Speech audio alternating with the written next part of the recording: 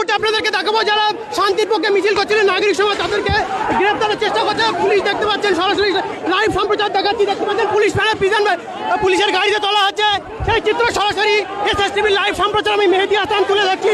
দেখতে পাচ্ছেন ছাত্র যুবরা শান্তির পক্ষে মিছিল করছিল তাদেরকে অ্যারেস্ট করছে। তোমাদেরকে কি বলবো চলছে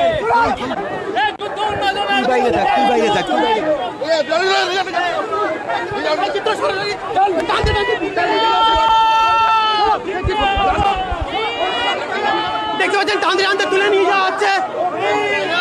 নাগরিক সমাজ যারা মিছিল করছে তাদেরকে তুলে নিয়ে যাওয়া হচ্ছে সেই চিত্র সরাসরি।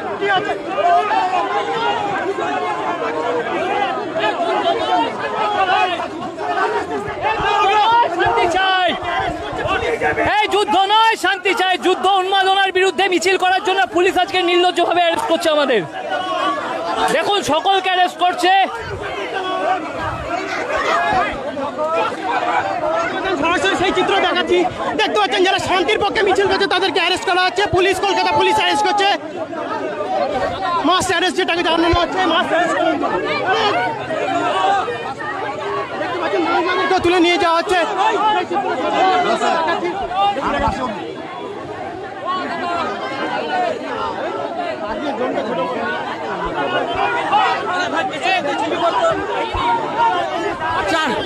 মিছিল করব, আমরা মিছিল করব, তাই জন্য এইভাবে অ্যারেস্ট করে নিয়ে যাওয়া হচ্ছে। দেখুন 70-80 ঊর্ধ্ব মানুষগুলোকে কিভাবে ট্রেনে তুলে নিয়ে যাচ্ছে। এটা হলো আমাদের গণতান্ত্রিক দেশের ছবি। এটা দেখুন, কেউ যুদ্ধ চাইবে না বলতেই পারে, যুদ্ধ চাই, শান্তি চাই না। আমরা চাই না, যুদ্ধের বিরুদ্ধে এসেছি আমরা, কেউ যুদ্ধ করতে আসেনি।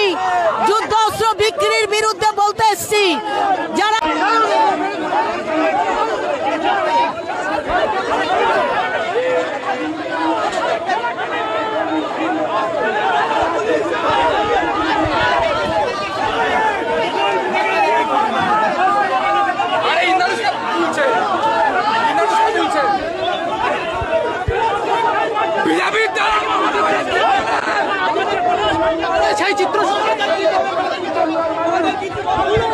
দেশের পতাকায় তারা পোড়া মোবিল ছুড়ে মারে, তারা কখনো দেশপ্রেমী নয়।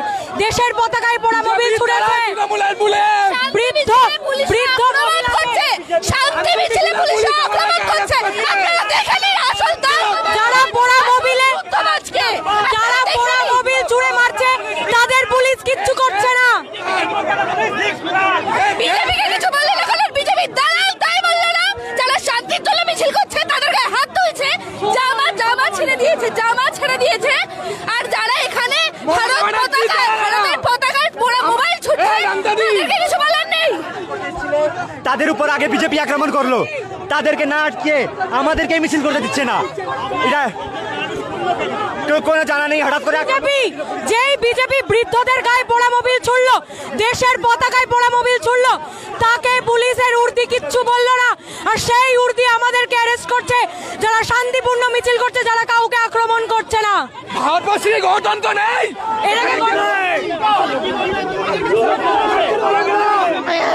এটা ধর্মনিরপেক্ষ দেশের নমুনা। আজকে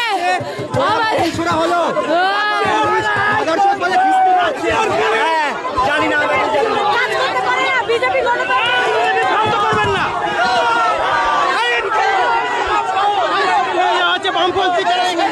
যারা নাগরিক মিছিল করছিল তাদেরকে অ্যারেস্ট করে নিয়ে যাচ্ছে পুলিশ। সেই চিত্র আপনাদেরকে দেখাচ্ছি। লালবাজারের উদ্দেশ্যে নিয়ে চলে যাচ্ছে তোমাদের কর্মীদের, তোমাদের সমর্থকদেরকে অ্যারেস্ট করে নিয়ে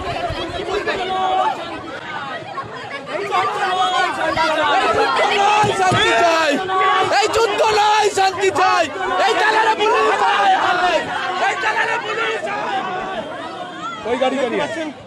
অ্যারেস্ট করে নিয়ে চলে গেছে এখানে যারা আন্দোলন করছিল।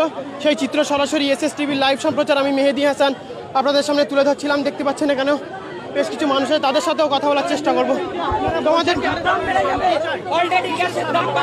আমরা চাই যে যুদ্ধ যাতে বন্ধ হোক, সাধারণ মানুষ শান্তি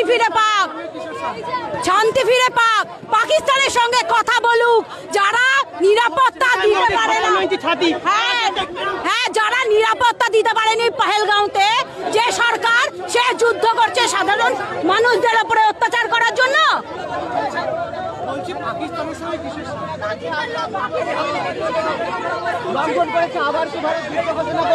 করেনি তো ভারত যুদ্ধ ঘোষণা আবার, তাহলে শান্তির বার্তা। আপনারা কি চান? আপনারা ধ্বংস চান, আপনারা ধ্বংস চান, আপনারা ধ্বংস চান।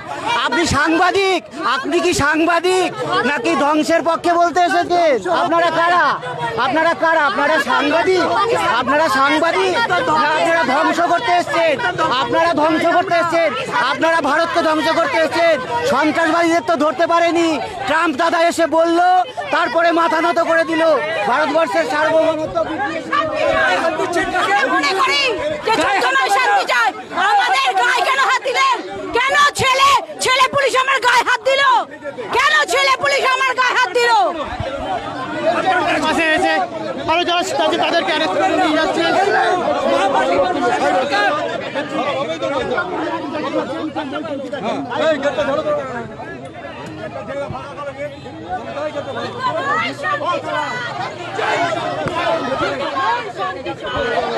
যুদ্ধ নয়, শান্তি চাই মিছিল হচ্ছে, তাদেরকে অ্যারেস্ট করা হচ্ছে। এখানে মহিলা পুরুষ নির্বিশেষে প্রত্যেককে অ্যারেস্ট করা হচ্ছে। সেই চিত্র সরাসরি লাইভ সম্প্রচার।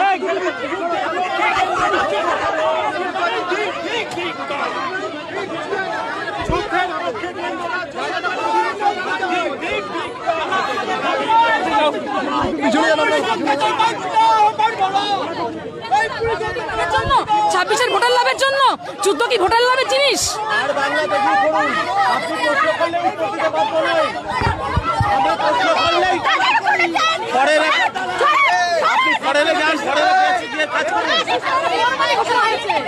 অশিক্ষিত মিডিয়াগুলো পাইলট করার পরে দেশ কি চুক্তি করেনি?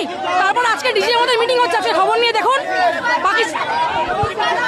রবিশ কুমার দেখুন, রবিশ কুমার, রবিশ কুমার দেখুন, রবিশ কুমার দেখুন, রবিশ কুমার দেখুন, বুঝতে পারবেন।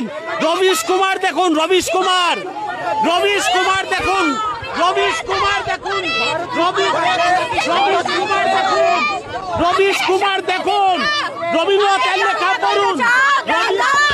দাঙ্গা কেন করতে চাইছো? দাঙ্গা কেন করতে চাইছো? মিডিয়ার ভূমিকা নিয়ে দাঙ্গাবাজদের এরা সমর্থন করে, এরা দাঙ্গা যুদ্ধ লাগাতে চায়। যারা ফেক নিউজ ছড়াচ্ছে তাদের জিজ্ঞেস করুন।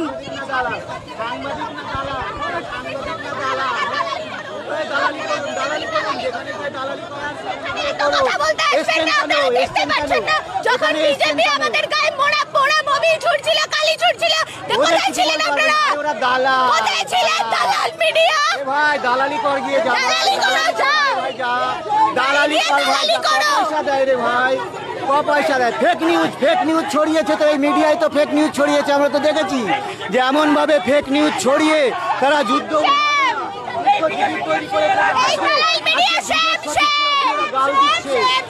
দেখতে পাচ্ছেন দালাল মিডিয়াদের বিরুদ্ধে স্লোগান তোলা হচ্ছে। এখানে যারা ভারত থেকে যারা বিভিন্ন ফেক নিউজ ছড়াচ্ছে তাদের বিরুদ্ধে এখানে বামপন্থীরা স্লোগান তুলছে, দেখতে পাচ্ছেন।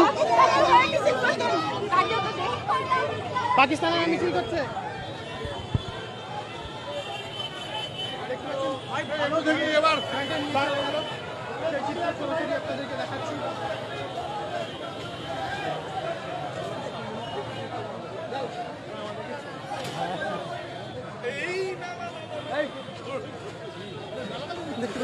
এখানে যারা ছিল মৌলালিতে যারা আন্দোলন করছিল প্রত্যেককেই তুলে নিয়ে গেছে।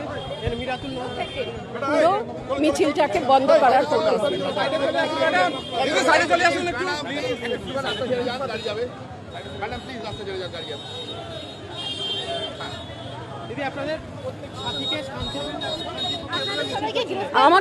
আমাকে তো ঠেলে দিল এদিকে সবাই, নয়তো আমিও গ্রেপ্তার হতাম, কিন্তু সবাই ঠেলে দিল।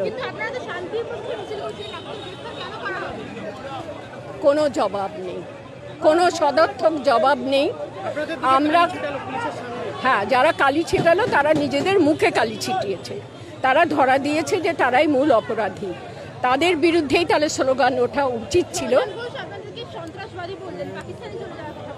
হ্যাঁ, বলবে তো, সন্ত্রাসবাদী চিহ্নিত করতে হবে, তো নকল আসল সন্ত্রাসবাদীদের খুঁজে পাচ্ছে না, নকল সন্ত্রাসবাদী ওদের তো চিহ্নিত করতে হবে। তাই আজকে শান্তিপূর্ণ মিছিলটা বন্ধ করে দিয়ে নিজেদের আরও পরিচয় ভালো করে দিয়ে দিল, আর কি বলবো।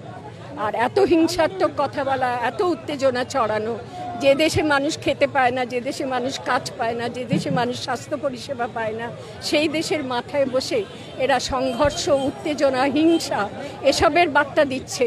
আমরা যদি, আমি অন্তত ব্যক্তিগতভাবে আজকে কোনো দলের হয়ে আসিনি, এটা কোনো দলের মিছিল ছিল না, এটা সিটিজেনদের মিছিল এবং নাগরিকদের মিছিল।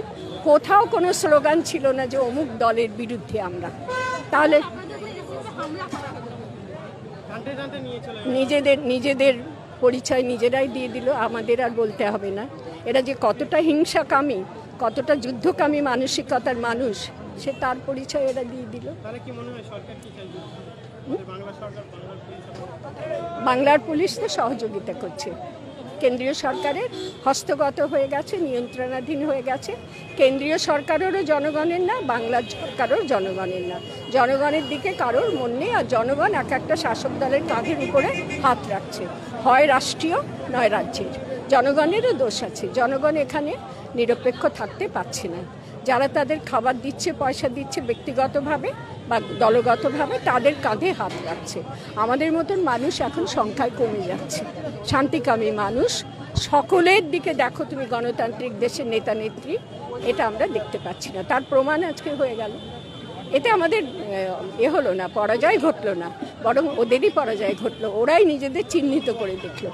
তোমরা সাংবাদিক, একটা কথা বলছি, একজন সাংবাদিক আমার পাশে ঘুরছিলেন গতকালই, যে সাংবাদিক আমার বিরুদ্ধে প্ররোচনামূলক ভিডিও করে প্রচার করেছে, সেই সাংবাদিক, মহিলা সাংবাদিক, সে আমার পাশে ঘুরছিল বাইক নেওয়ার জন্য। কত বড় দ্বিচারী এরা, ভাবো। পরিষ্কার এই দলটি হয়ে কাজ করছে, এই দলটির হয়ে আমার বিরুদ্ধে মানে প্ররোচনামূলক বক্তব্য দিচ্ছে। আজকে সে এসে আমার বাইক চাইছে পাশে এসে, আমি তার দিকে ফিরেও তাকাই, নাম বলতে চাইছি না, কিন্তু এই আমার দেশ। অসংখ্য ধন্যবাদ। আমরা যারা আন্দোলন করছিল একেবারে শেষ পর্যায়ে আপনাদের সরাসরি লাইভ সম্প্রচার শেষ পর্যন্ত আপনারা দেখাচ্ছি। দেখতে পাচ্ছেন যে রাস্তায় আটকানো হয়েছিল, সে রাস্তায় একেবারে গাড়ি চলাচল শুরু হয়ে গেছে। যাদের এখানে আন্দোলন করছিল তাদেরকে ইতিমধ্যেই লালবাজারে নিয়ে চলে গেছে। সব চিত্র আমি মেহেদি হাসান লাইভ সম্প্রচার আপনাদেরকে দেখালাম। অবশ্যই আরও যেসব আপডেটগুলো আমরা কন্টেন্ট করেছি, সেই কন্টেন্ট দেখতে হলে অবশ্যই এসএস টিভির ফেসবুক এবং ইউটিউব চ্যানেল অবশ্যই সাবস্ক্রাইব করুন এবং ফলো করুন। ধন্যবাদ। পরবর্তী আপডেট নিয়ে দেখা হচ্ছে।